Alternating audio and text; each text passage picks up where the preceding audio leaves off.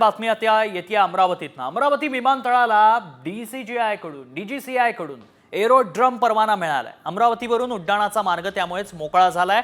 अमरावती विमानतळाला हवाई उड्डाणासाठी आवश्यक असलेला परवाना डीजीसीए कडून मिळालाय। त्यामुळे आता अमरावती विमानतळावरून हवाई उड्डाणाचा मार्ग मोकळा झालाय। अलायन्स एअरचं अमरावती मुंबई अमरावती असं विमान त्यामुळे या महिना अखेरीस तरी उड्डाण घेणार आहे।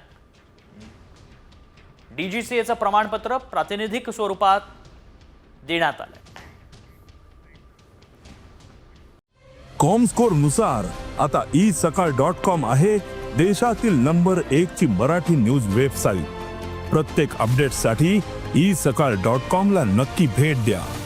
बातमी आता येते अमरावतीतनं। अमरावती विमानतळाला डीजीसीआय कडून एरोड्रम परवाना मिळालाय। अमरावतीवरून उड्डाणाचा मार्ग त्यामुळेच मोकळा झालाय।